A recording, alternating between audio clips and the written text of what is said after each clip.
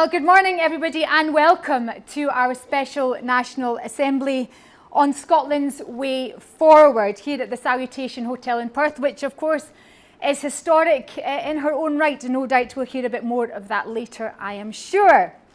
And it is so good to see so many of you here, especially given today's challenging weather conditions. But those conditions themselves are a stark reminder of one of the reasons we are here.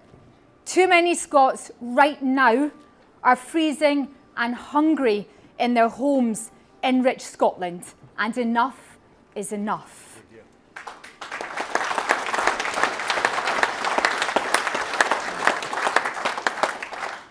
The purpose of today is to present ALBA's way forward, our plan for Scotland's way forward, and of course to hear from you all. Please kindly use the hashtag Scotland's Way Forward and ALBA for Independence when tweeting and posting today's event. Now, ALBA have always maintained that the independence movement must work together for Scotland. That responsibility falls on us all. In the absolute spirit of that, we've invited groups and parties from across the movement to hear our plan and to contribute themselves to the discussion. People want action, and this is evidenced in part by the oversubscription to this event, which of course led to a change of venue in the first place. And I'm pleased to say that this assembly is also being filmed and will be played out in full at 7 o'clock tomorrow for those who couldn't attend. Now, fellow nationalists and those who are here to hear our plan. On the 11th and 12th of October this year, for reasons beyond my comprehension, Scotland ceded her sovereignty to the Supreme Court in London. And the result of that supreme error was a judgment that demonstrated precisely that the wrong question was asked of the wrong court. Scotland now has to move forward and move fast and fill the gaping void that has been left since the judgment of the 23rd of November. Because since then, Labour have wasted no time in rolling out their latest version of the lesser vow, and the Tories have been audacious enough to argue that Supreme Court ruling means that no more money should be spent on campaigning for independence. But that's what happens when you don't immediately, decisively and robustly respond to their Lord and Ladyship's pronouncement from upon high. The protests at home and abroad were, of course, a fantastic demonstration of the heart, health and energy of the Yes movement. But one day of ultra activity does not make an adequate or sustained response. So today, we look forward to the future and to hearing plans and ideas to take our country forward. Because polls tell us loud and clear that the people are ready. So it's time for the leadership to rise. With that in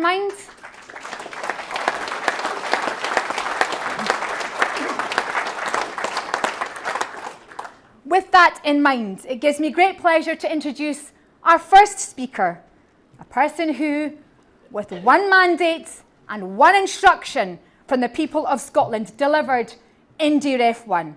Please welcome Scotland's former First Minister, Alex Salmond.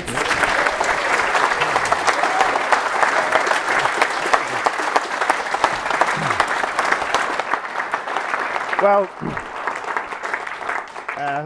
thanks very much to Tasmina, and of course Taz is absolutely right. This is a historic town, obviously, a historic city and a historic hotel, because it was in this very hotel, in the Stewart Room upstairs, where the ALBA National Executive Committee meets this very afternoon, that Bonnie Prince Charlie planned his campaign of military action through Scotland in 1745. I hasten to add that was the 45 campaign, as opposed to the somewhat less successful 46 campaign. And next door to the Stewart Room is the Murray Room, where in more recent political history, the by-election press conferences were held in the Perth and Carross by-election in 1995. In that very room, the Murray Room, Rosanna Cunningham declared the monarchy was the pinnacle of the class system. And the assembled Scottish journalists thought, that's it, can't possibly be elected in Perth, having declared the monarchy the pinnacle of the class system. Rosanna was subsequently elected. I should say that Rosanna Cunningham is the last member of Parliament from Perth who didn't want to be Speaker of the House of Commons.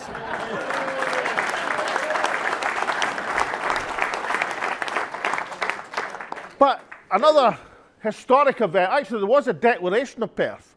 Whatever we do today, we can't have a declaration of Perth because the Tories did it in 1968 in the city halls. Ted Heath had the declaration of Perth for a Scottish Assembly.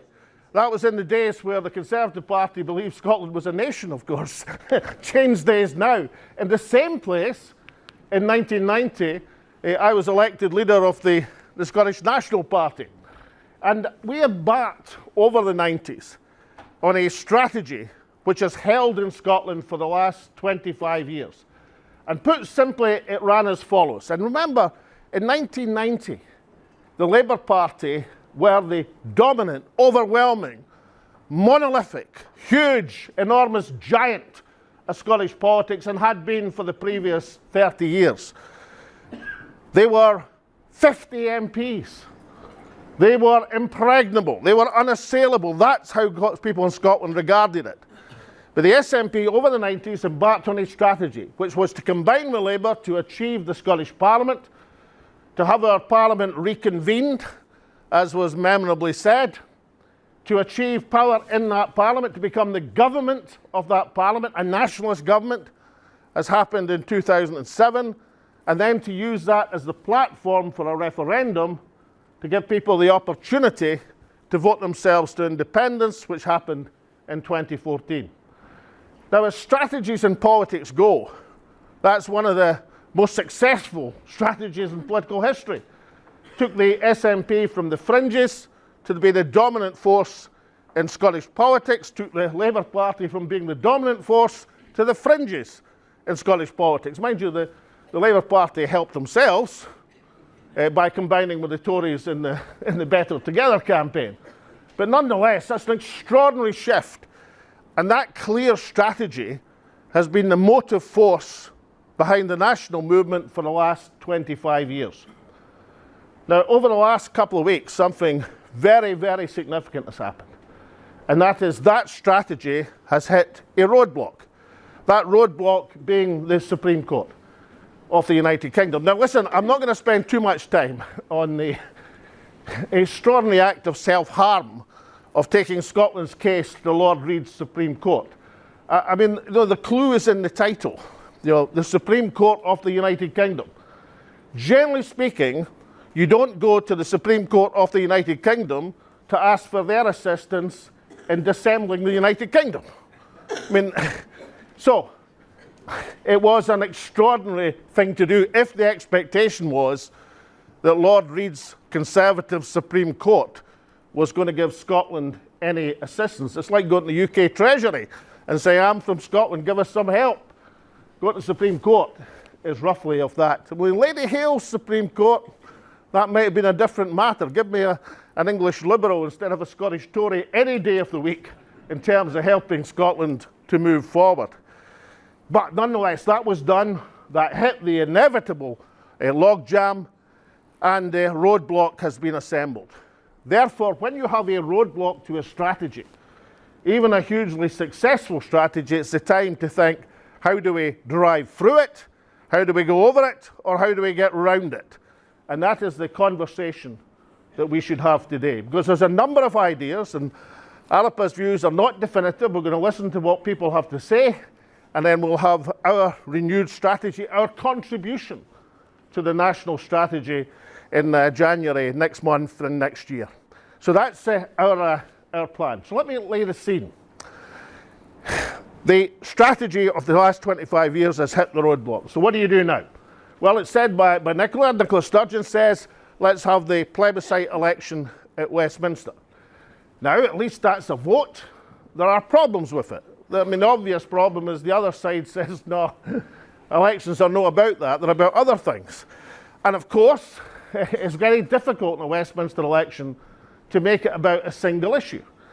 If you were trying to do that, and that was your absolute hope, then you would be sensible to fight it as Scotland United, not as individual political parties. Because the last thing you want to do in an election to win Scottish independence is to end up fighting it, for example, on the SNP record on the health service or the ferries at the present moment. You just wouldn't want to do that. You'd want it on the issue of Scottish self-determination. So that would be one way. Others say, and I can see the advantages, if you're having a plebiscite election, why wouldn't you do it in the Scottish Parliament? Now let's ignore the folk who say you couldn't do that in the parliamentary rules. If you've got a majority in the Parliament, you can force an election. Certainly true, it'd be easier if you had a 2/3 majority, let's call it a supermajority or something like that. That way it'd be easier, but nonetheless it can still be done. You've got a majority in the Parliament, you can force an election. And I saw a chair for today arguing that that would be a route to force it on October the 19th next year, which was the date promised for the referendum. And you can see the logic in saying to people that blocked the referendum, but here's the chance through a Scottish election. And the biggest advantage is you'll be fighting it on home ground. You'll be fighting it at home instead of playing in an away match in a House of Commons election with all the attendant difficulties of the media concentrating on who's going to be the next Prime Minister. But these are things that we have to discuss. What's the best route if you're trying a plebiscite election? But the biggest issue with a plebiscite election is the one that has to be faced sooner or later. What do you do not if you lose it? What do you do if you win it? And the other side says, we're no playing. It's no fair. We're not recognising it. And I've heard some voices from within the SNP say that would be a real mandate to have independence. Yes, like the last 4 mandates to have a referendum. And, you know, there's a wee bit of logic here to be employed.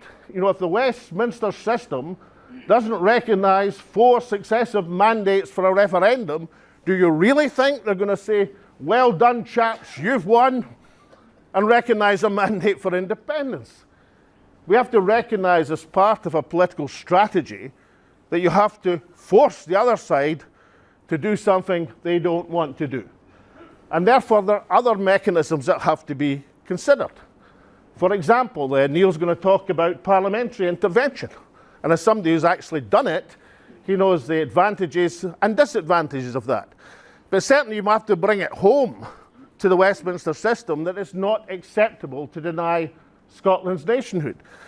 Kenny's going to talk about the idea of a convention, bringing together the majority of Scotland's elected representatives and asserting the legitimacy of Scotland's claim of right to independence. I mean, the bonus, of course, from Lord Reid and his arrogance in the Supreme Court was that if you tell Scotland you can't do something, if you tell them you're no really a nation, you're second rate, you don't matter, then there is a reaction. Like 56% in the latest poll in support of independence. There's the old saying, you can't sit in a thistle. And Lord Reid and his colleagues in the Supreme Court, and a great example of the law of unintended consequences, because believe me, that wasn't their intention, have sat on a thistle. But if you're going to use that, you have to keep up the momentum. You can't just allow it to dissipate. So you've got parliamentary intervention, you've got a Scottish convention, you've got popular mobilisation, which is part of the political process. But the Scottish national movement, through its life, has committed itself to constitutional action, to peaceful action, and always will. But peaceful disobedience, peaceful mobilisation of people is part of that constitutional Scottish tradition and process. There are things you can do with a majority in the Scottish Parliament. The Supreme Court hasn't yet banned the Scottish Parliament to have a referendum. You could have one on extending the powers of the Parliament. But what you have to do is look at the array of cards that are in your hand and play them. What you can't do is sit back and say, well, in 2 years' time, we think there'll be a general election. We'll say we're having a mandate for independence. The other side won't, but we know the British Prime Minister is going to play fair and say you've won. That will not do. You'll lose whatever tactical advantage came from the Supreme Court's arrogance and the rebirth of Scotland's nationhood. Two last things. In the reaction to the Supreme Court, there's one of the clues as how the national movement should fight the current campaign. Yes, 56% for independence is great. But that same poll had it at 55% last year, and 2 years ago that same poll was at 58%.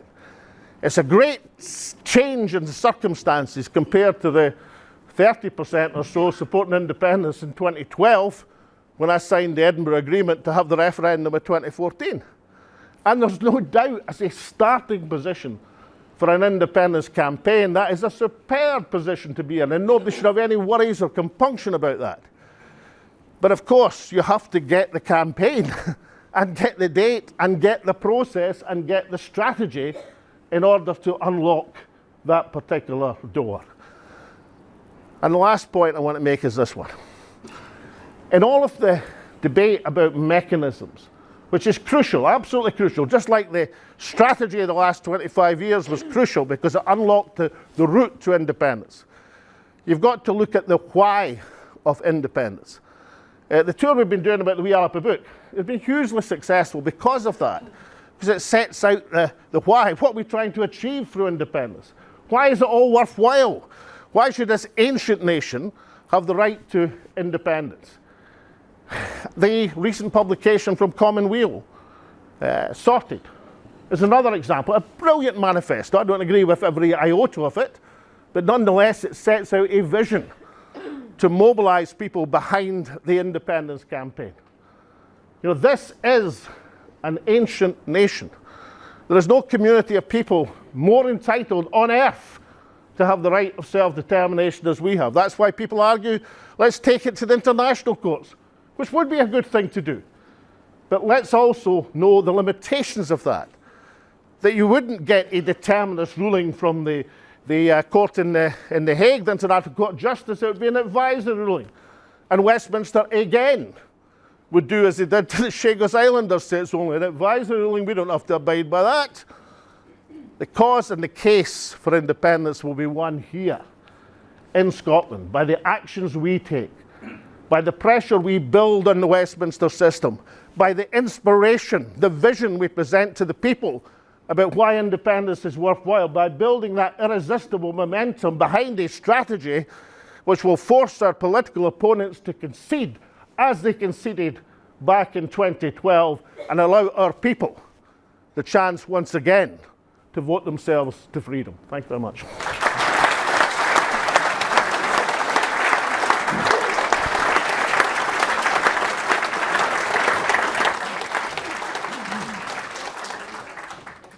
Thank you very much indeed, Alex. And now gives me great pleasure to introduce our next speaker, who, along with his partner in crime, Ken McCaskill, had the temerity to challenge the Speaker of the House of Commons to hear him out when he demanded of Boris Johnson a Section 30 Order, one which was mandated by the people of Scotland and disrupted Parliament for an extensive period of time while Lindsay Hall managed to collect himself together. I'm sure many of the good people of Perth have long yearned for a Member of Parliament who uses the House of Commons for that very purpose. And of course, Neil followed up by having a debate in Westminster Hall on St Andrew's Day, featuring the St Andrew's Day Declaration. And to speak to you about that, I welcome Disruptor, Neil Hanvey.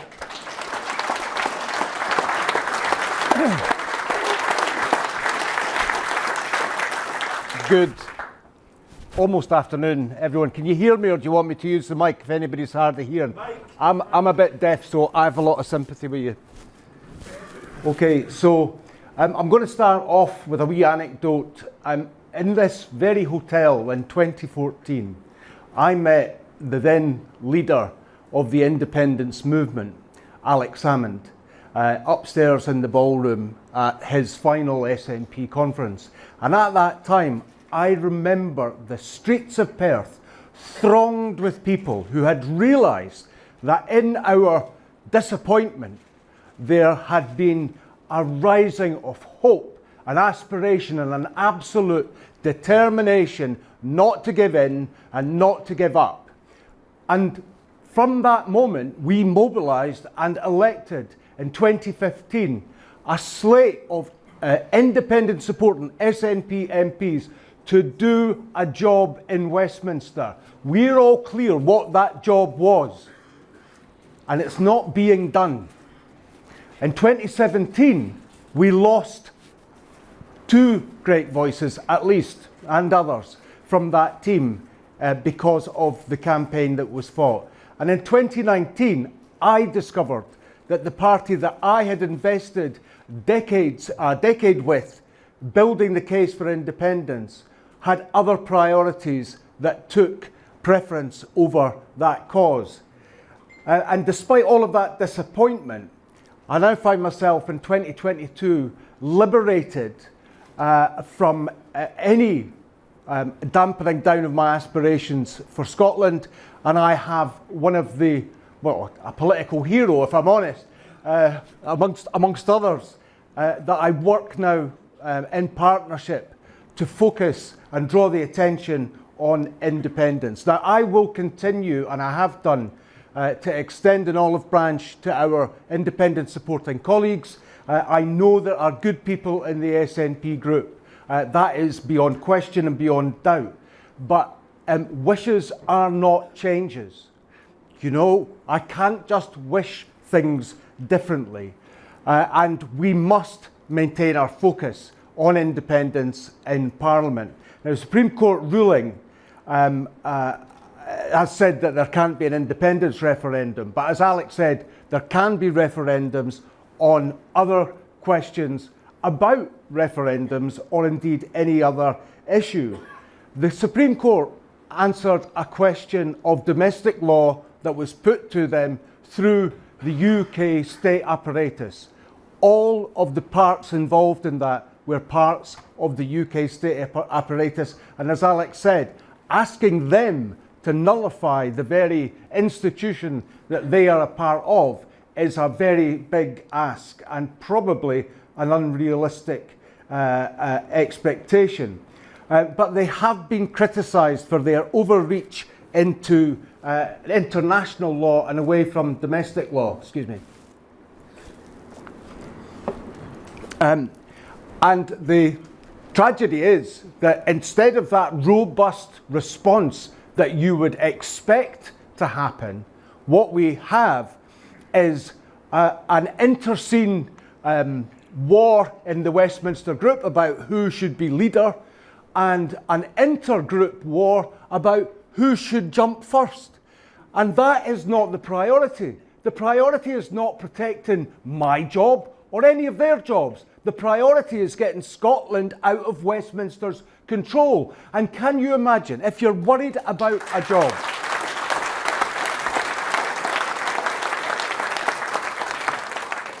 if you were an MP and you're worried about the job, and you are part of a movement that is going to build a country, would you not think that if you were one of the MPs that secured your nation's freedom, that somebody would give you a reasonable job when you got back home?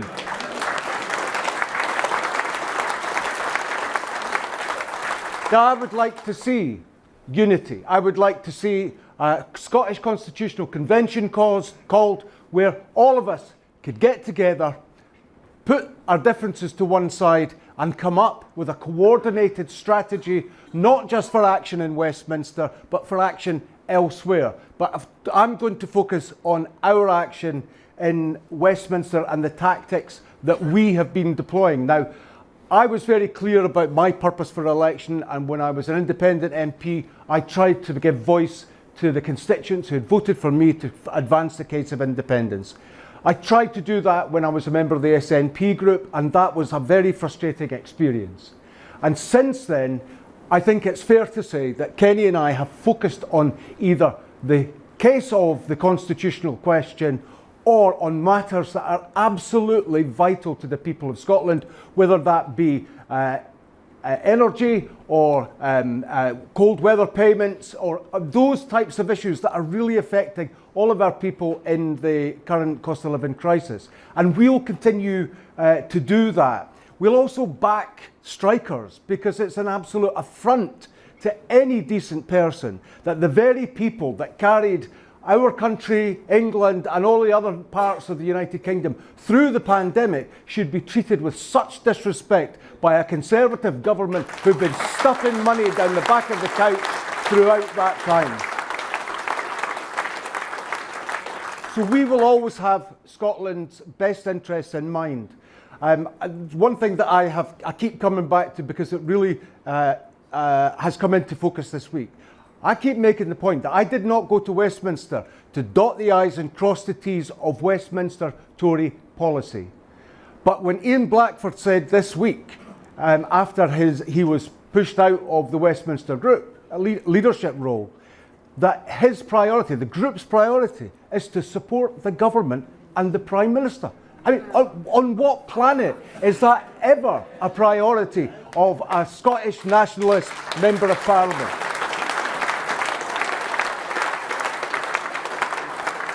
So in terms of advancing the case of self-determination, you know, we have to use the vehicles and opportunities that are available to us in Westminster, and so we'll take adjournment debates, and you'll have seen the furore around some members' attitude to Kenny's very important adjournment debate recently, and I held a Westminster Hall debate on St Andrew's Day, which I challenged in detail the findings of the Supreme Court and the position of the Westminster government.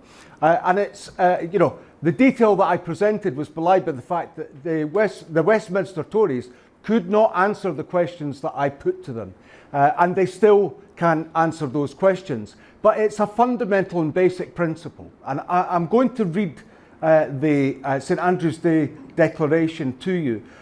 And I want you to bear in mind, if you were an elected member of any nationalist party, what possible reason would you have to disagree with this or fail to sign it?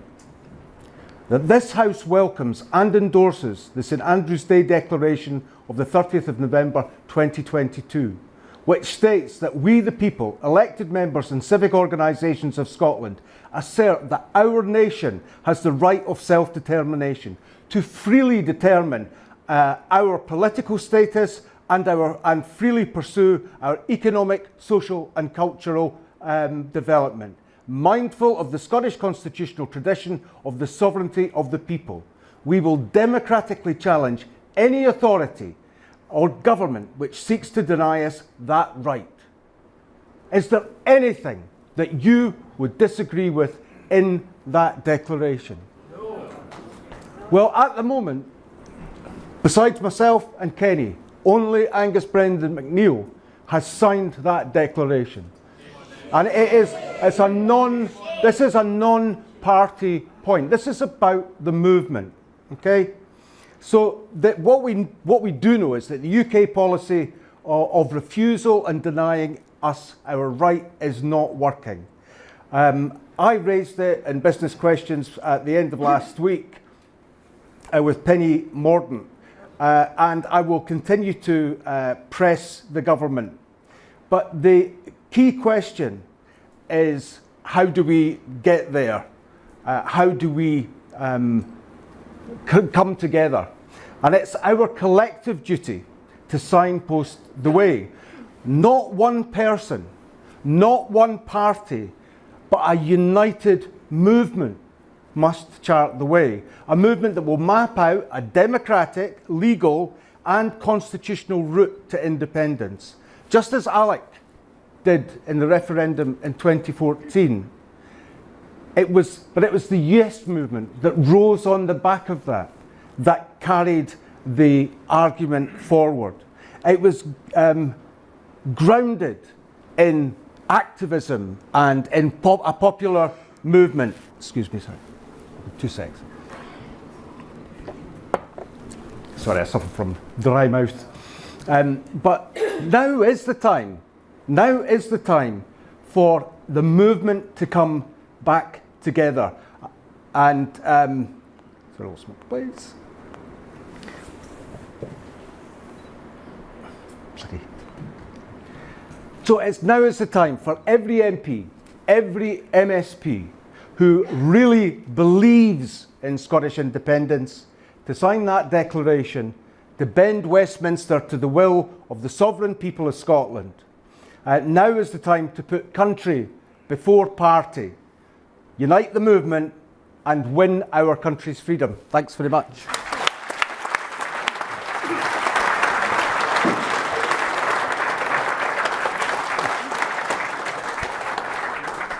Thank you very much indeed, Neil. And I'd just like you to ponder and consider just for a moment, if all of Scotland's nationalist MPs, of which there are 44 in the SNP and 2 or 3 independents, were to use the tactics adopted by Neil and Kenny every day at Westminster, I think Scotland's voice would be heard. Because it's not enough to say Scotland won't be silenced and allow yourself to be silenced. That's the whole point.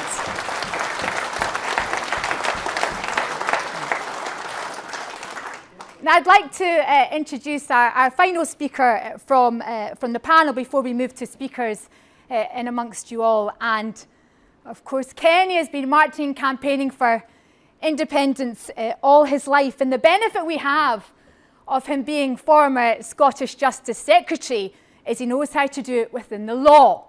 So let's hear from Kenny McCaskill.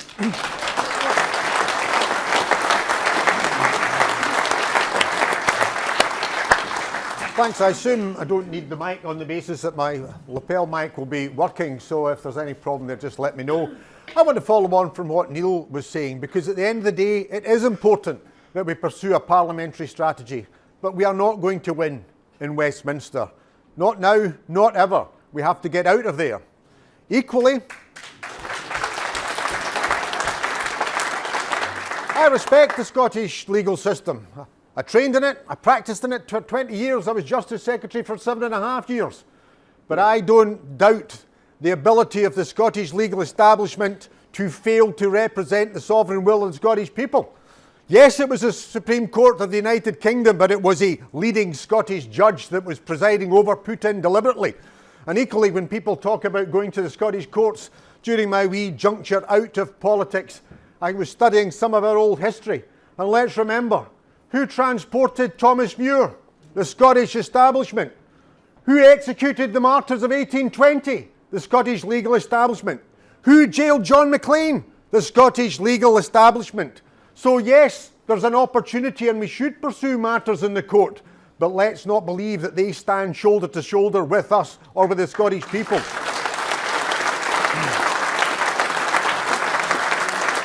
But we do pursue parliamentary routes. We must pursue legal routes. We do have to try diplomatic routes and reach out to international friends. But at the end of the day, as both Alec and Neil were saying, this battle will be won and lost within the people of Scotland. That was why we came so close in 2014, because we mobilised the grassroots, just not enough because there was a differential turnout between the wealthier no voting areas and the poorer yes voting areas. Had we turned that round, as we can do, then we will win overwhelmingly. Never mind the chance, never mind the opportunity, in fact, that many no voters now bitterly regret the decision that they made. So how do we mobilise it? Because it is important that we galvanise the movement is there. It's not enough to just look at opinion polls, pat yourself on the back, put it on the front page of a national newspaper and say how swell we're doing. That isn't heating the homes, paying the bills, and people are literally going under. So there's 3 things we have to do.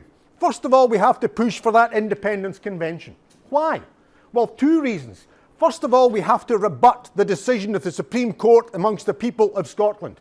Many will look at that and say, well, that's been settled then. They decided we can't have a referendum. The Supreme Court says this is what you jocks have to do.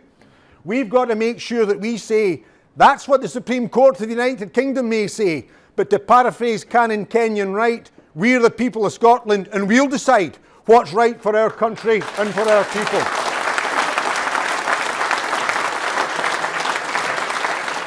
That's why that convention has to be called and called now. Equally, it was important it was called immediately after 2019's election of Boris Johnson. when we thought we couldn't get a worse Prime Minister. Things couldn't go beyond that. It should have been called then, and to be fair, the First Minister promised us in February 2020 that we'd be moving towards an independence convention. But we need an independence convention now, not simply to rebut the Supreme Court position, but to make it clear that the democratically elected representatives of Scotland make the decisions politically for Scotland, not an unelected Tory government that we've never voted for since 1955, when we rejected Boris Johnson, we've rejected Liz Truss, and now we've got Rishi Sunak. It's simply not on. Now, some may say, oh, well, the SNP might not be up for it.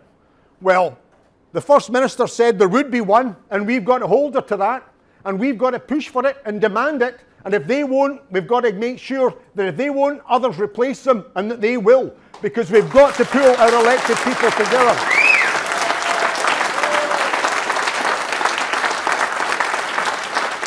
And let's be clear, the people who carry the votes and actually call the shots have to be the MPs and MSPs.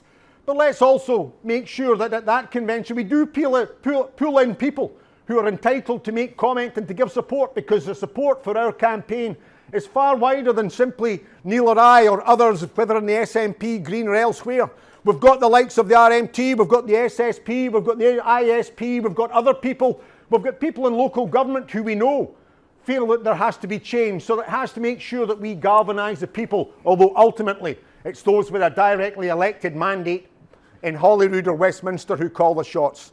But secondly, we actually have to get our marching boots on. Many have never taken them off. They've walked far more than me. But the marches have not been getting the support, because our movement that was galvanised in 2014 has had a dead hand upon it. Those who were only too proud to march or speak on the run-up to 2014 at one stage couldn't get far enough or fast enough away for the movement or from any such demonstrations that weren't controlled, directed or dictated by them, or usually presided over on a platform which gave them a media opportunity.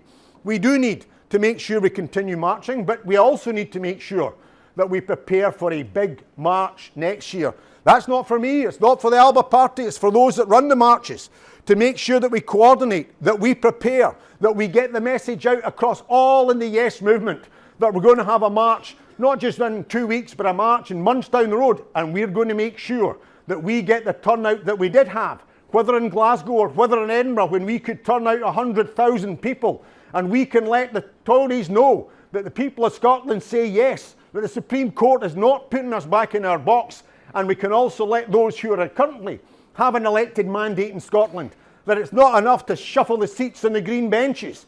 We actually want action that will change things, and that's why we need a large demonstration, and we need to prepare for that. And thirdly, we need to get out in the streets and campaign. We can get out in the streets and campaign with the claim of right. But equally, we've got to make sure that we link the current social and economic crisis with the cause of independence. Independence first boomed in the 60s when I was young, because people saw an opportunity for us to be a rich country. And it was an opportunity, because we look at Norway and we see the standard of living that their people have. They were poorer than us in the 1960s, and yet they've got there and we've been left behind.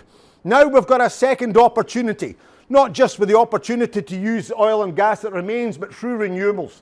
Our people can see wind turbines off their shore. They can see them on their hills, and they can't get access to electricity. The absurdity, the case for Scottish independence is made in an energy-rich Scotland has over half of its people fuel poor.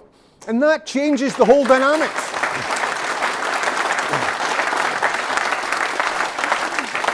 I'm probably overdressed because of the warmth in this room. I was listening to a BBC commentator coming up the road talking about warm banks are here to stay. Warm banks are here to stay. This is an energy-rich country where we should be able to provide for our people at almost cost. And yet I was campaigning in Castlemilk, and I bet if I went back to some of those flats in Duguid Drive, it just wouldn't be one flat that Kirsty and I's door at that won't be able to heat. It'll be the whole close won't be able to get the heating on. And let's also remember, it's going far deeper and wider than that. Because I was visiting the minister in a prosperous wee town in East Lothian that I represent. It wasn't the Pans or Tranent. And he was making the point that they've got a warm bank in their church and other places. And this is a rather prosperous town where it's commuter belt into Edinburgh, where the housing can be very expensive, but also there's new housing gone in.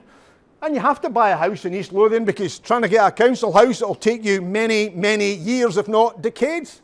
And he was saying the people that are struggling the most in his parish were actually the people in the private houses, because people are mortgaged to the hilt. Interest rates have gone up. Young families, they've no room to manoeuvre. They can't sell the car because it's on a lease. They can't send stuff back because they're tied in on contracts. Their wages aren't going up by the cost of living, and the Christmas is coming. So it's not just in the housing schemes where there is real despair, biting, cold poverty, and there will be deaths. There are people in areas that once thought themselves comfortable, that once thought it would never come to their door, who are now facing the plight of poverty and indeed misery because they won't be able to heat their homes. So we've got to get that campaign out there. The way for Scotland to ensure that we can provide for our people. The promises that were made about an energy company. My office has done some research. In Scottish offshore wind, there's 6 state energy companies operating. 6. Not one from Scotland, not one from the UK. There's one from Sweden, there's one from Norway, there's one from the Republic of Ireland, there's one from United Arab Emirates, there's China, and on it goes, but none for us. And yet the energy comes ashore from off our shores or on our shores. So we've got to make that point. It's absurd. Energy-rich Scotland has fuel-poor Scots. That's got to change. An independent Scotland means you heat your home, you get jobs. Because I saw an announcement by the First Minister. There were hundreds of supply chain jobs coming from Berwick Bank. Berwick Bank offshore wind provides more electricity for the households that we have in Scotland. We've got 2.5 million households and it provides for close to 3 million. And we're welcoming a couple of hundred jobs. Not one turbine has been built in Scotland, and yet Bifab lies idle. Arnish lies idle. It's not a couple hundred jobs. It should be tens of thousands. We should be making sure that we benefit from our resource.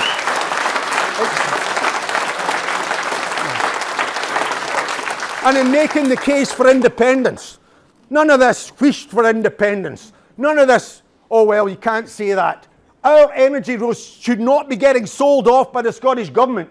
We demand independence, but we demand the right that our people should benefit from a natural resource, not offshore speculators, and not even the Republic of Ireland, who I adore and admire greatly.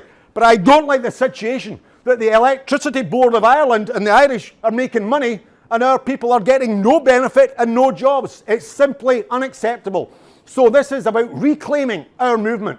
It was taken away from us in 2014, perhaps with good reason, but it's certainly past the movement. The only way we're going to go forward is by mobilising the people of Scotland, and the only way we're going to go forward is taking the dead hand of those who currently control our movement and taking it back to the grassroots.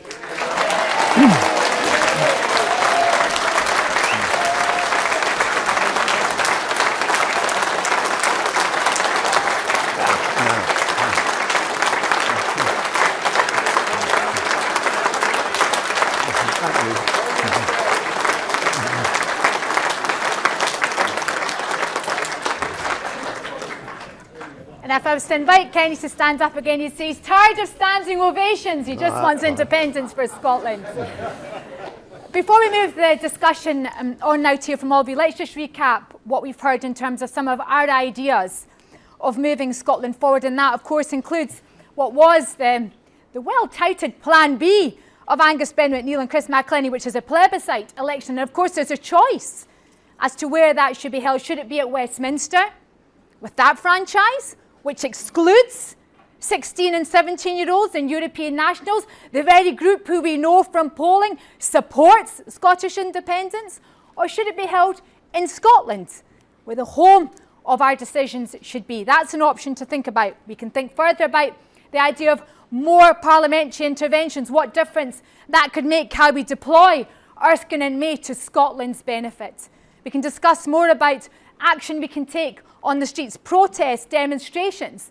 And we can discuss about international engagement as we get buy-in from countries around the world who, quite frankly, when it comes to if the self-determination decision, as we heard, pontificated from Supreme Court judges, had been made anywhere else in the world, you can be assured people across the whole of the United Kingdom would have stood up and said, that's shocking. Where are they when we're saying it's shocking? Let's remember that.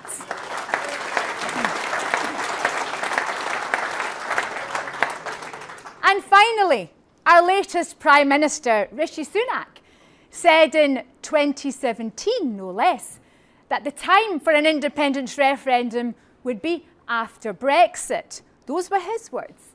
Now, despite the best efforts of some at Westminster who said Scotland will not be taken out of the European Union against our will, it's happened. Therefore, we have to move on from that and take Scotland to where she needs to be to benefit all of our people. And why then are we giving up on the Section 30 route, the gold standard? Why should we just let it pass us by? They've told us that's the legal route, so we demand it, day in, day out, with every person who has a voice prepared to use for Scotland in the House of Commons. Those are our opportunities.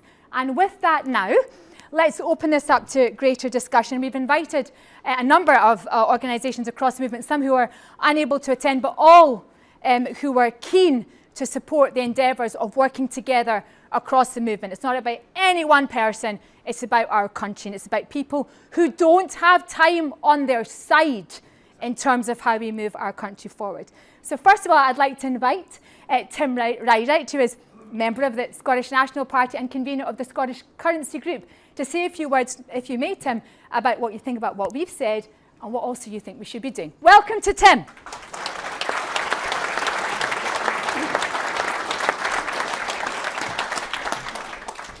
Well, thank you. Personally, I tend to rather favour the Holyrood route, not least because it would allow my wife to vote, whereas she can't vote for Westminster. She's still not exactly very happy after having lived in Scotland for 30 years and having to register with the Home Office for permission to continue to live in Scotland. Anyway, I think before we get to the stage of actually having any sort of vote, whether that's a plebiscite or anything else, we need to remove the obstacles. I'm using Robin McAlpine's sort of term there. So by the obstacles, I mean we need the answers to the questions. So what is happening on the currency front, which is my particular interest, the European question, the border with England question, the pension question. We need a definitive decision on all of those. And I'm sort of rather of the view now that it would be best for the Yes movement to decide on the answers to those questions and reach an agreed position instead of waiting for the Scottish Government to reach into the Act and pull out some tablets of stone that nobody has been consulted about. The most recent white paper was a disappointment in that the Scottish Currency Group has developed. I have some copies of our reports here if anyone wants one again. We put forward a plan privately to all the MPs and MSPs, First Minister, the senior civil servants, and so forth in March, basically trying to influence what the position would be on currency. And the logical position for a campaign is that you have to do what every other country on the planet has done and just say that after independence we will be adopting our own currency. And that's really all you need to say. The white paper it's used our wording of as soon as practicable, but it doesn't mean what we mean. Because I was quite clear in 2019 at the SNP conference, as soon as practicable means a couple of weeks or months after independence. It does not mean the years that are implied in the white paper. The white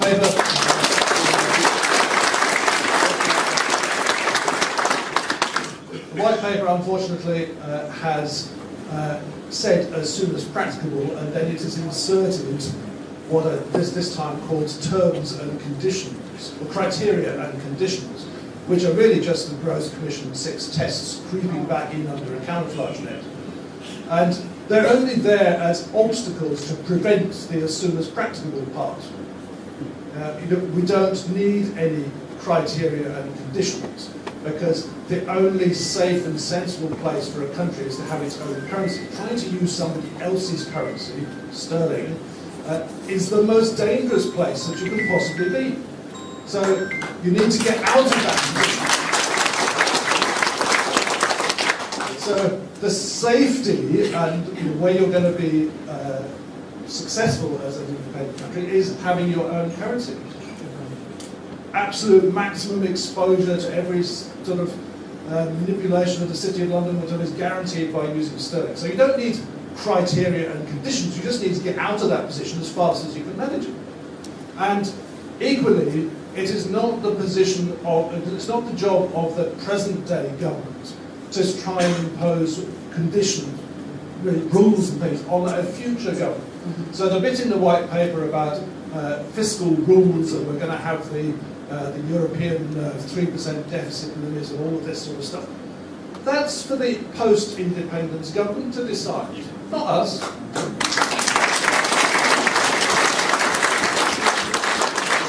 So all of that needs to go. So we're busy redrafting the white paper the way it should be. So all the section about rules goes, the criteria and the conditions all go, all mentions of sterlingisation after independence go, and we're just going to say that you have your own currency as soon as practicable, and it's for the post-independence government to decide the exact timing. The important thing for us is that we start work on the planning and establishing the Scottish Reserve Bank, getting the banknotes designed, building the Scottish pound interbank payment network and so forth on the day after the vote. Because if we don't do that, the future post-independence government will not have the choice to introduce the currency as it needs to do. Okay, so I think that's probably all I'll say at the moment, and we can maybe come back to that later, but I'll hand this back to Tessa.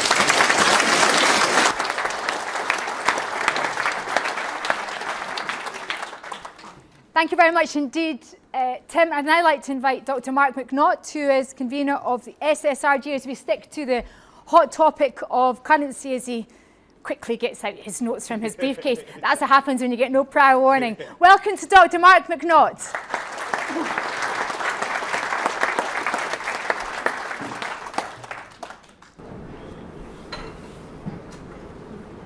Have you brought any currency with you, Mark? No, I didn't. Okay, so I wanted to talk about a couple of things within a relatively short period of time, namely EFTA as opposed to the European Union, and also about the adoption of a written constitution after independence. And so with the now there's obviously there's a lot of debate about it, about whether the EU or EFTA and it's of course the official policy of the SNP government to get back into the EU. And I want to suggest that would be, I think that EU membership may be possible in the future, but at the very least in the short term, it's very important that EFTA be embraced. And so just to talk a little bit, I'm sure you're mostly aware of the EU and the way that it operates. But just to emphasize that the EU, of course, has 27 members. It's united by treaty, and they've gone through a series of treaties, starting with the Rome one in the 50s, through the Maastricht Treaty, and I think the most recent update is the Treaty of Lisbon, if I'm not mistaken. And so, and there have been, and you have, over the years, of course, you have countries that have gone from EFTA membership to EU membership, including the UK, and also Portugal and several other countries of that nature. And so currently the EFTA itself is composed of 4 countries: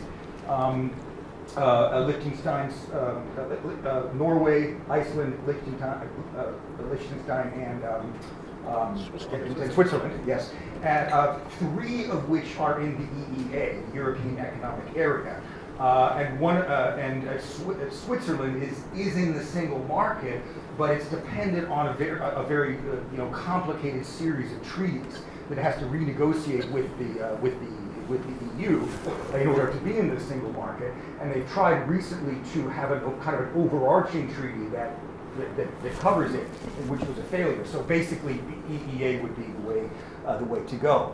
And so speaking a little bit about entry into either the EU or EFTA, the EU membership would be, there's no question it would be problematic.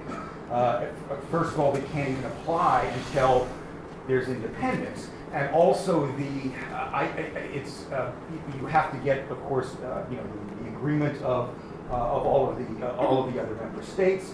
And I don't think that Spain would be very accommodating. I know that was, back in 2014, there was a lot of talk about the Spanish veto, and Spain had actually said that if Scotland became independent, based on the Constitution, that they would, allow, that they would, not stand in the way. Things have changed, and if you, I don't know if you noticed, but after the Supreme Court decision a few days ago, there was a sign of approval from the Spanish government for the Supreme Court case, so also you may not be aware that Josep Borrell, who's basically the foreign minister of the EU. He was the Spanish foreign minister before, and he is no friend of Scotland. I can put it that way. There's a lot of, he tried to, he's kind of obsessed with, not having Catalonia become independent, and so he, it would be very, it would be very problematic. Also, the whole question of currency. What currency? You certainly can't. And the people saying, oh well, you have to join the euro in order to join the EU. That's not true, because, for example, Sweden does not use the euro, and it's in the EU, and there's other countries as well.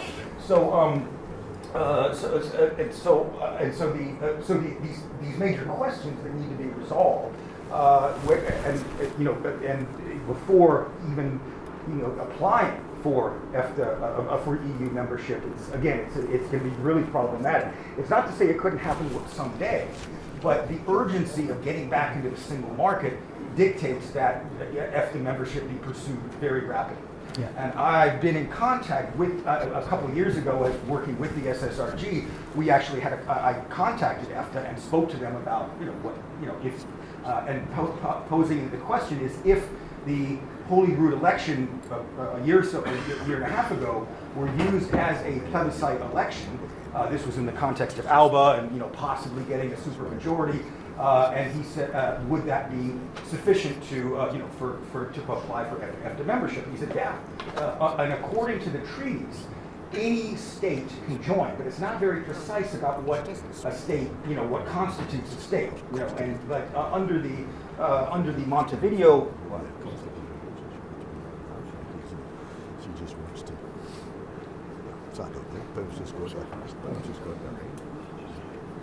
Right. So under the 1933 Montevideo Convention, a state must possess a permanent population, a defined territory, a government, and the capacity to conduct international relations. That the only element that Scotland lacks at this point is the ability to conduct foreign relations, implying also the ability to sign international treaties and the powers to abide by them. But once Scotland acquires that, in whatever other way, EFTA is pretty agnostic about the way in which Scotland would acquire these powers. But once they did, and once Scotland as a government could can assign a treaty and have the powers to abide by that, then all that is necessary, send a letter to the EFTA Council. They will consider it at their next monthly meetings. From what I can tell with the person I spoke with, that would not be a session would be very favorably considered. Well, that's all I can really say. And then after, there's the question of getting into the EEA. And he proposed that there's also a monthly meeting of the EEA Council, and that the three EEA members within EFTA, excluding Switzerland, would unify and present, Scotland's candidacy for becoming part of the EEA at the next EEA Council meeting. So this could have been done within. I mean, what is it? The election was in 2021, May of 2021.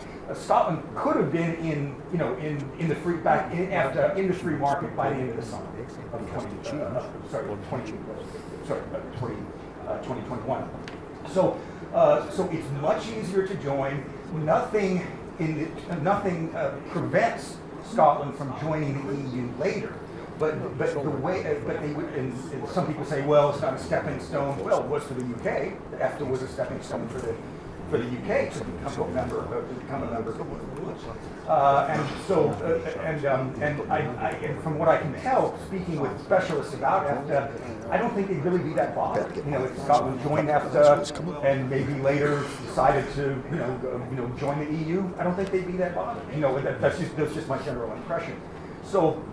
It's so basically EFTA membership is a no-brainer because it's easy to join, and nothing prevents EU membership later. And what very importantly is that being in the single market, Scotland will be in a much better position to negotiate EU membership, perhaps down the road, while in the single market and not outside of it. If they're outside of it, trying to say, oh, please, EU, can we join you?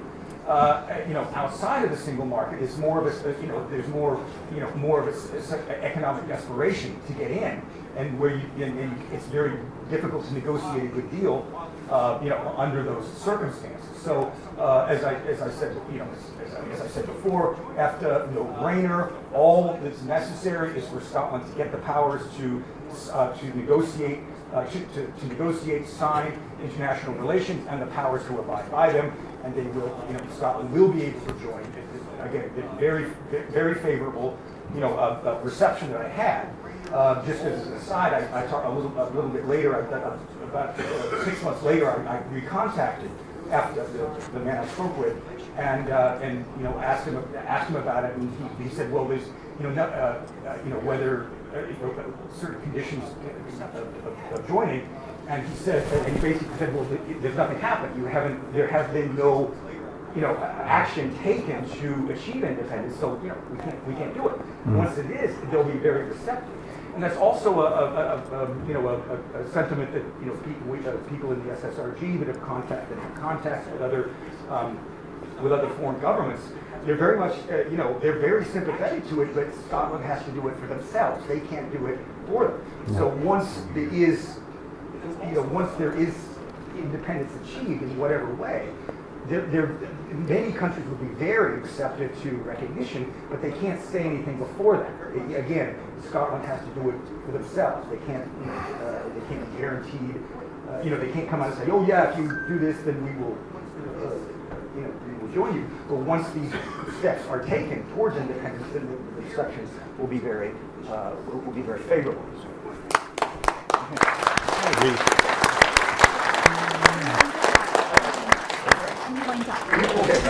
I did want to speak briefly about a constitution. I had a little, and so basically, as we see, growing up in the United States, we're very conscious of our constitutional heritage. We learn about it in high school, and it's very much part of being an American, is having the Constitution. And in the UK, it's different. You have this unwritten constitution. It's incoherent. It's made up as it goes along, so you just see with the Supreme Court decision that they can just say, oh no, you can't do this and you can't do this. And one of the big disadvantages of this unwritten constitution is not only that they make up as they go along, but things that should be constitutionally guaranteed rights are statutory at best. So the freedom of speech, the freedom of religion, all of this stuff with the gender recognition, all that, are in statute and not constitutionally grounded. So it's very, very important to even before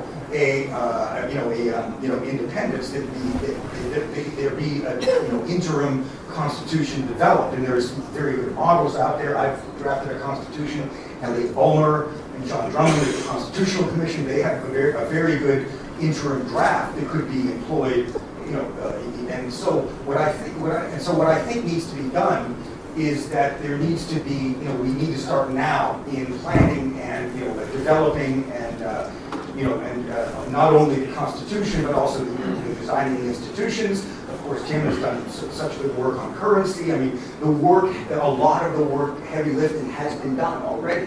The common wheel, all of these, and there's just a wealth of goodwill and research that's been conducted. It's kind of put it into practice, and I think that we can begin to do that. Now, a lot of the work's been done, and because I'm skeptical about the capacity of the Scottish government to do so, and leaving everything aside about levels of competence and all that. They're very much a creature of, the Scottish civil service is very much a creature of Westminster.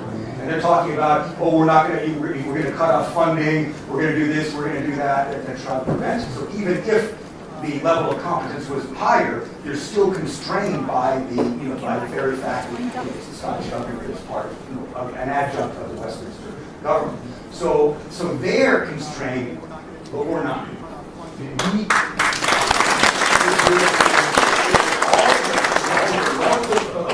Of brain wattage and competence and goodwill that we have, there's no question we can design a future Scottish republic with a much more competently than can be done by the Scottish government, which is constrained, certainly constrained by the fact that they are an adjunct of Westminster. So I'd like to, in the coming weeks, the SSRG will be putting forth proposals for perhaps a constitutional convention this summer to begin the real work of building the Scottish state, and so I will certainly keep you all informed of that. So, thank you.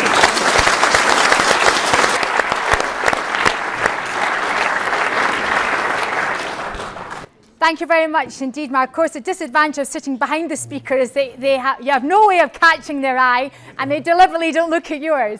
But that was, thank you both to Tim and Mark, because although we're here to discuss how we get the vote and how we actually get the opportunity to exercise our democratic right, what that will entail and what that means for people is very important from the perspective of currency and, of course, a written constitution and indeed our relationship with Europe. I want to get back on now track in relation to how we get to where we want to get to. And I'd like to invite Bill Bonnar. Are you here from the SSP? Bill, there you are, Bill. Known for your succinctness, of course. But Bill is a founding member of the SSP and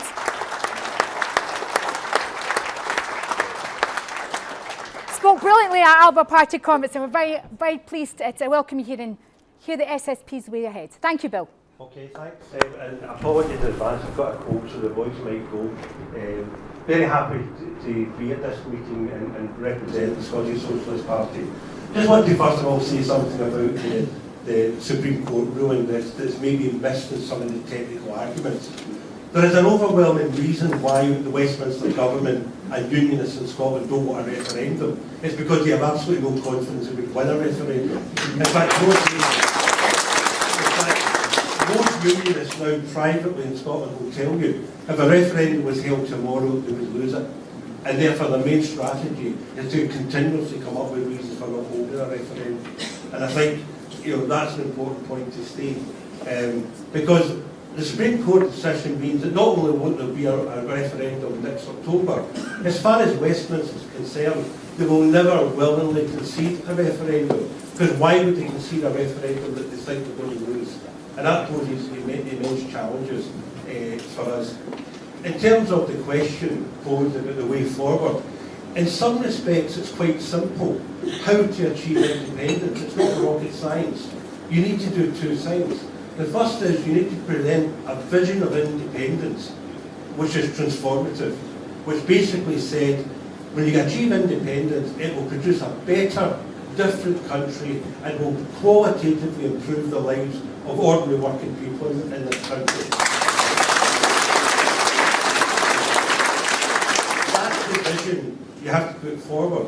If the vision is simply one that says, independent Scotland will just look like this and nothing else will change, or it will be independent. What a poor case for independence that is. Why on earth would anybody support that? I wouldn't support that, because we've got to get through this idea. Independence isn't just an end in itself. It's a means to an end. It's a means to producing a better Scotland that transforms the lives of people. And what does that mean? It means linking the campaign for independence to other demands. If you want to get rid of the monarchy, vote for independence. If you want to get rid of nuclear weapons, vote for independence. If you want to produce a fairer, more equal Scotland, vote for independence. If you want to bring companies back into public ownership, vote for independence. If you want a fairer tax system, vote for independence. That's what happened in the 2014 campaign, when, as Alec was saying, support for independence at the very beginning was 27%. By the end of it was 45%, because the movement actually started linking the demand for independence to these wider issues. So independence needs to involve presenting a vision to the people of Scotland which is transformative. And the second thing you need to do, and again it's not rocket science, once you have your vision for independence, you then need to campaign for it. Now, that might on one level seem quite strange to say that, but the SNP, for example, seem to think that independence will simply emerge somewhere and you don't need to campaign for it. We've got to campaign for it in all the ways that we know in Scotland, in terms of decades and decades of campaigning and struggle. And crucial to this is this: the best way to campaign for it is to mobilise pro-independent supporters. Because again, part of the problem with the SNP strategy is don't do anything that might alienate no voters. But let's face it, the thing that alienates no voters more than anything else is independence. The best way to achieve independence is to mobilise pro-independent supporters. And incidentally, once that's done, they will take enough of the no voters with them to make sure that we win. Now, in terms of the proposal for the next election, next general election, to be a plebiscite or a referendum, etc., I'm not sure what you would call that. One thing that's fairly certain, though, is the issue of independence will dominate that election. And therefore, the issue is what kind of tactics that's employed. First thing, if it is to become some kind of plebiscite, it can't be a narrow party political campaign. It simply can't be the SNP's election campaign. That will alienate a lot of voters. For example, a lot of people in the trade union movement who might support independence won't necessarily support them. It's got to be a broad-based campaign. It's got to mobilise the whole of the Yes movement. And in that sense, the SNP welcome the demand for reconvening a Scottish convention to campaign on that. It needs to be a united voice. And just on that, and I'll finish by saying about the SSP, we've been a pro-independence party since the day we were founded. Our aim is to achieve an independent socialist Scotland. Somebody mentioned John McCabe earlier on. We are proud to be associated with that.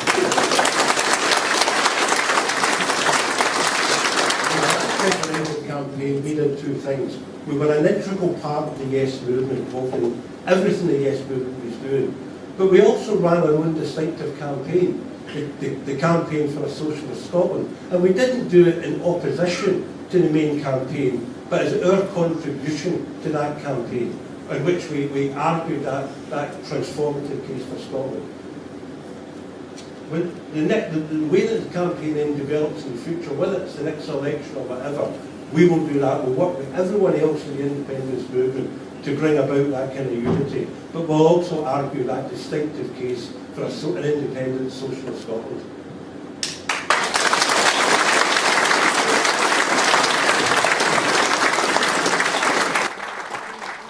Thanks, Bill. Now we're still to hear from Salvo, Pensioners for Yes, and from William Duguid, who runs the Destiny Local Yes Hub.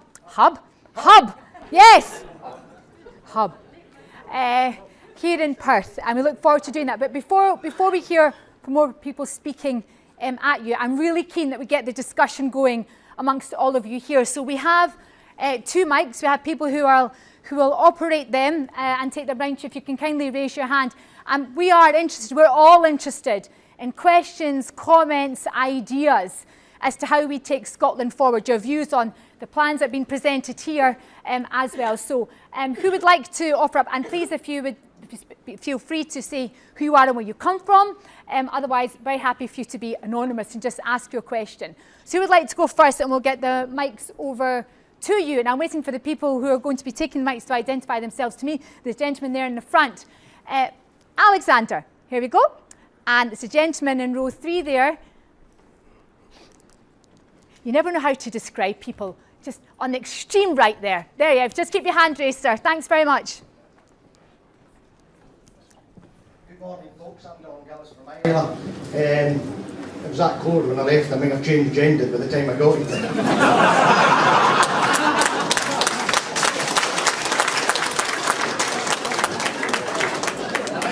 you do it yourself? We'll leave that till later. It's a point that was made earlier on in that, and I'm looking at the constitutional problem we've got in Scotland. I was in the army for many, many years. And parliamentary sovereignty at the moment is trumped in people's sovereignty. We're a people's movement, and Westminster's a parliamentary sovereignty. I think we also have to, our brothers and sisters in England, we have to take the case to them as well, to educate them about they're a powerless people. English people and Scottish people in the Westminster democracy at the moment are powerless. Your parliamentarians can do anything they want with you. We have not moved on in 1,000 years from the feudal system, from, as Alex, a great historian and that, the Lord of the Isles and that.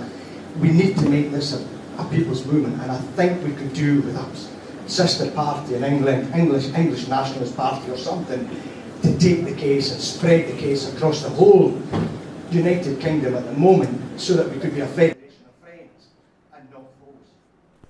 Okay, thank you, Donald. Any other questions or points? Yes, gentleman up the back there, and there's a gentleman there. If you can keep your hands raised so Alexander can see you. So we'll take 2 or 3 comments, and then I'll maybe ask you to respond. Thank you. And the next person, you had your hand raised here, just there at the end. Hello. We need a convention. We're agreed we need a convention, but we all know that if the ALBA running it themselves, the SNP will just say no, it will boycott it. And if the SNP are left to run a convention, God knows what we'll get. So is it not important that we get a neutral figurehead to head this? And the obvious one, I guess, is Leslie Rideout, in the sense that she managed to head the series of demonstrations 2 weeks ago very successfully. And in fact, she was involved in the organisation of the Edinburgh one, but the rest of Scotland did it themselves, but they had that little bit of inspiration to get it going.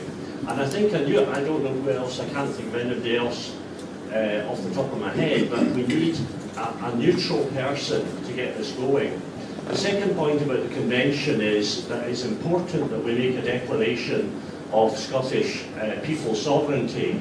But basically, I think I agree with what Tim was saying, and indeed Mark as well, that we have to sort out all these hurdles in the way. And I think that the party, the SNP, is not going to do it, and the Scottish Government, civil servants, are not going to do it. And so we have to sort these things. The currency, I mean, most of it is sorted by enthusiasts within the movement, the currency group, the constitution group, and so on.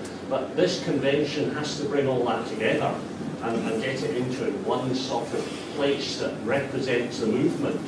And so that would be my second point. The third point, I guess, is that Mark McNaught is saying that SSRG, of which I'm a member, should set this up. They can't do it on their own. We'll get a few hundred people. We're relatively unknown as a group, although more known than previously. This has to encompass all the groups that are operating, out with the political parties. And I think that has to be done. Thank you. Thank you very much indeed.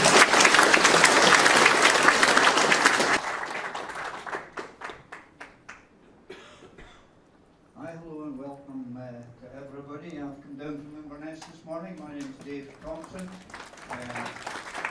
Former SNP MSP for 9 years and a nationalist, a founder member of the Wassay branch back in 1966.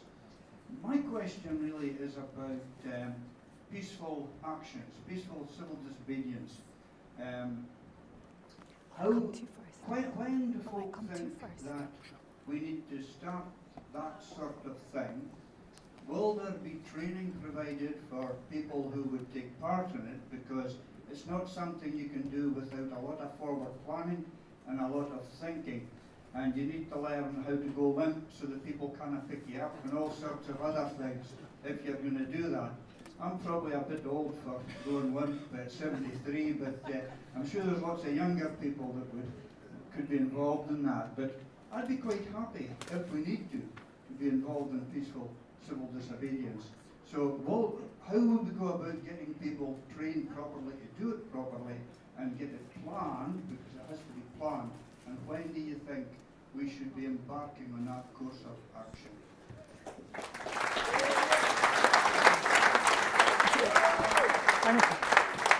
Thanks, Dave. Yeah, we'll take from the lady there. Thanks, Dave, and welcome. It's lovely to see you. I didn't want to out you. I thought I'd let you say who you are yourself, just in case. Yes? I'm Jenny Smith. Hi, Jenny. We can't hear you. Just take the mic a bit closer, Jenny.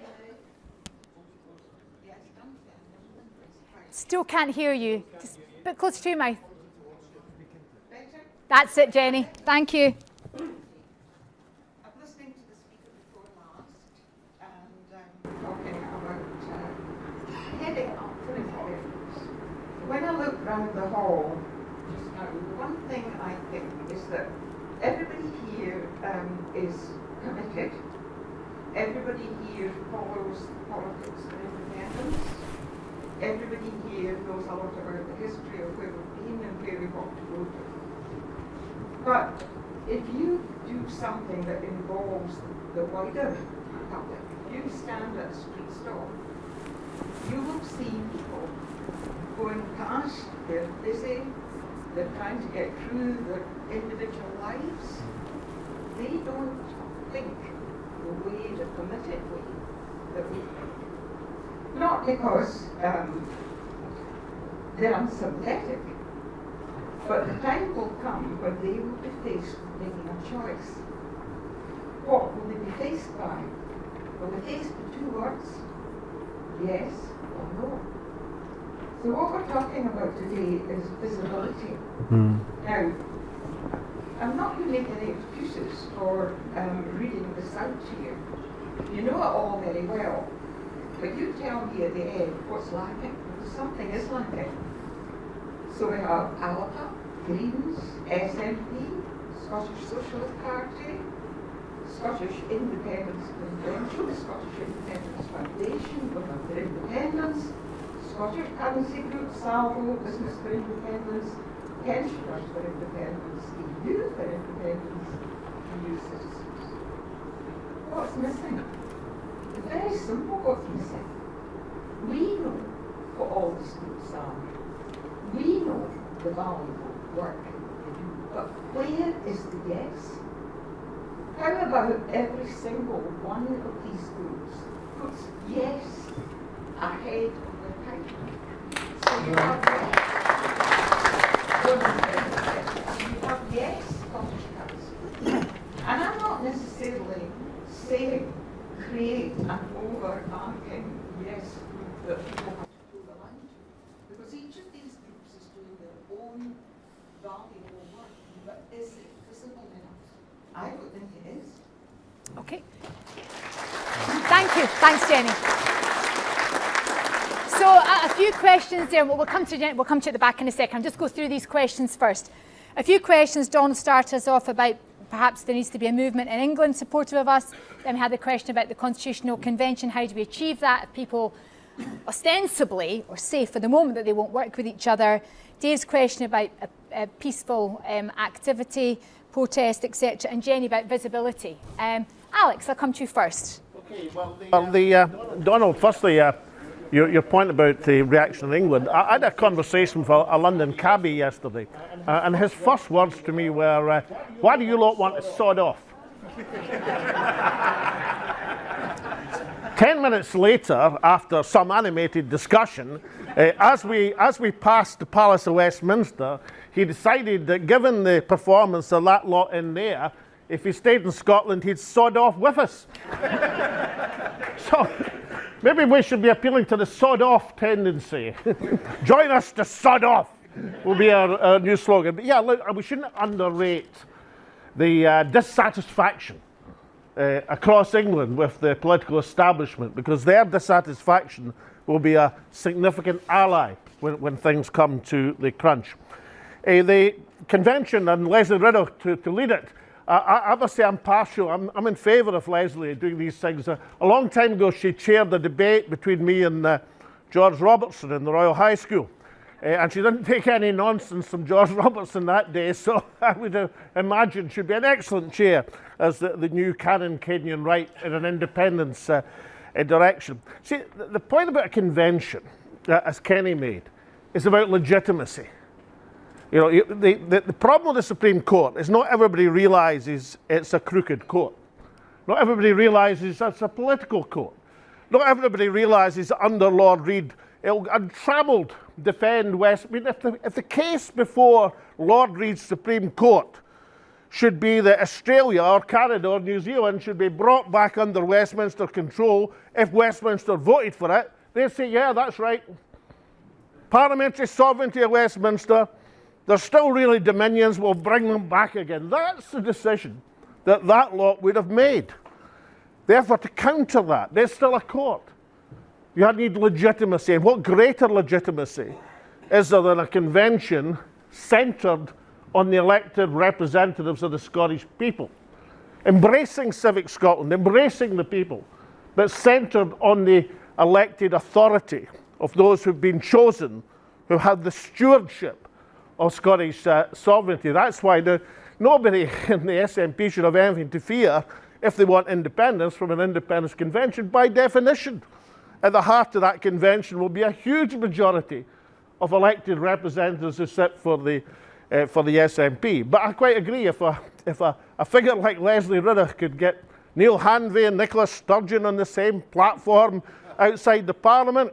I was in Inverurie, because we noted in Inverurie that there was rallies taking place on the day of the Supreme Court in Dublin, Paris, Brussels, and other European capitals, and Inverurie.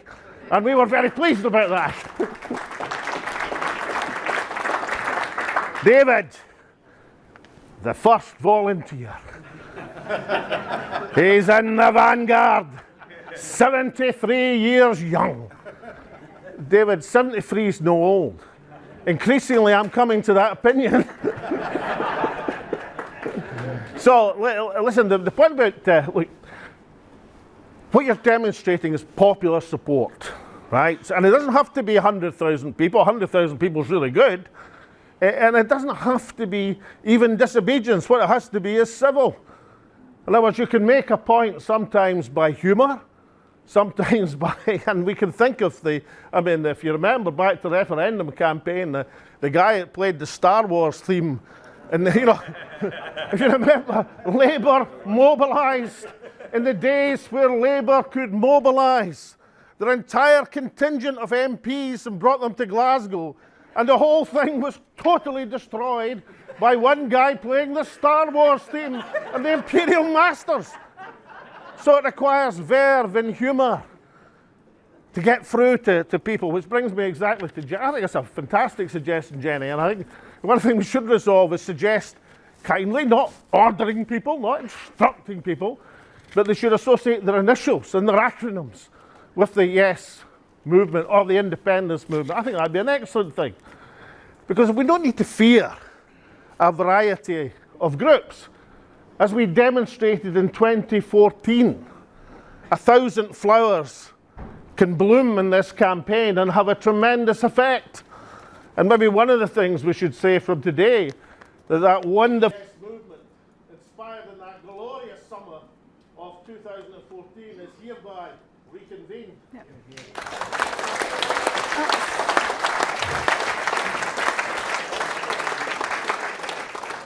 I'm interested, because this very much is a consultation. I mean, I also think it's a great idea, Jenny.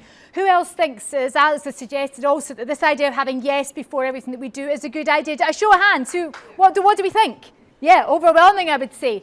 And also the question of a constitutional convention, I take it that people here think that would be a very good idea and it should be convened as quickly as possible? Yeah? Right. Neil, Kenny, would you like to come in on any of those points first of all, and then I'll go to the question at the back? Just press the button. Just press the button. Yeah, some of the points that were made are really very valuable because it's about unity, which was really the flavour of what I was trying to get at when I spoke. But that unity of purpose, that using the mechanisms that are available, the civil expression, that has to be inspired from somewhere. And so in Parliament, can you imagine, so the day that Kenny and I intervened at the beginning of Prime Minister's questions, that wasn't an accident. We didn't just go, do you fancy a wee bit of a laugh? That was strategically planned because we knew the media of the world would be looking at Boris Johnson's first Prime Minister's question after he was kicked out of his job as Prime Minister. That was his penultimate PMQ. So we knew the cameras would be there. And we knew that we were going to keep going until we were kicked out of that room. Can you imagine how powerful it would be if the other MPs in Westminster, the other 44, magnified that week after week after week? It wouldn't just, we were on the front page of newspapers as far away as China and Venezuela because of that action. If we were doing that having that kind of impact every week with every MP mobilising for that one single purpose to make independence front page news everywhere, every time, then we'd start to inspire the people again instead of these beige, bland questions about nothing important. You're always going to be denied. You're always going to be humiliated because the Tories will never give an inch and they don't listen to Scottish MPs. So all of the different mechanisms that are available, points of orders, disrupting committees, forcing votes on useless divisions, do that. If you do that, the two of us can do it. We can have limited impact. We have to choose our moment really carefully and we have to pick our topics. And it's important to do it. But if we were working in a coordinated and targeted way, led by somebody through a constitutional convention, such as the calibre of Leslie, with a vision, with a principle, with a purpose, on a joined up approach, then that impact would resonate around the world every single week. So that unity of purpose is really important for the movement, but there's got to be inspiration from somewhere. And we're not going to get any inspiration from watching and waiting politely, because that'll never deliver a thing to us. Yep. That's fine. On that point, and again in the spirit of understanding the mood, yes, I can see her. I'm going to come to you just a second. And the gentleman at the back was this, and I'll come to you.